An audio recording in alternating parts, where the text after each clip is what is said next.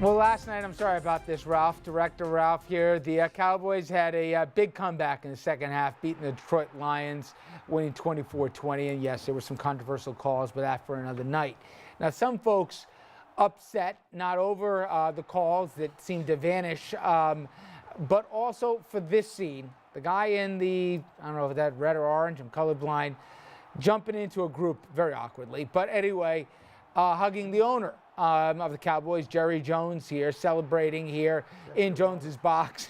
And angry Jets and Giants fans took to Twitter. That was Richard Brodsky, by the way. Now, Governor Christie's brother, Todd, didn't particularly care for people's criticism of his brother's rooting interests, and he headed over to Facebook writing to all those non-Cowboy fans who have their panties in a wringer because of the Cowboys, because the governor of New Jersey is a Cowboy fan, get a life. The governor's been a Cowboy fan for his entire life, and all of you would sit with the owner of your favorite team in a heartbeat if given the chance, he went on to say. And for every calorically challenged football person who posts about the governor's weight, forget the magic mirror and look at yourself. Weight posts, really, I don't know that Todd really should have gone there, but okay.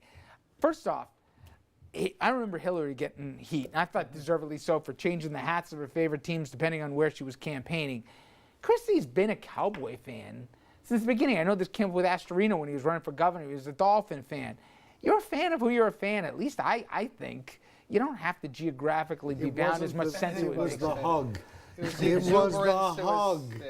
I mean, looking as the outsider desperately trying to get into a group hug. That's not the leader of the free world. That's a guy looking to get hugged by a rich guy. I do believe New York Governor David Paterson got into trouble for something similar to this with the Yankee game. No, he got free tickets. Okay, well, Christie paid for the tickets? Wait, do you think Christie No, paid? he got flown there in a private jet. Okay, by Jerry Jones. Yeah. Okay, but that has a dollar amount. Officials, all public officials have to disclose when they're receiving gifts over X amount of dollars. I'm having fun here. Why are you bringing me down? Wait, no, Richard, I'm serious about this. And what about the state police detail that had to accompany him? That's at least $15,000, $20,000. And it's a governor. You're Come on. so petty. No. It's just, come on, guys. It was the hug, man. Okay,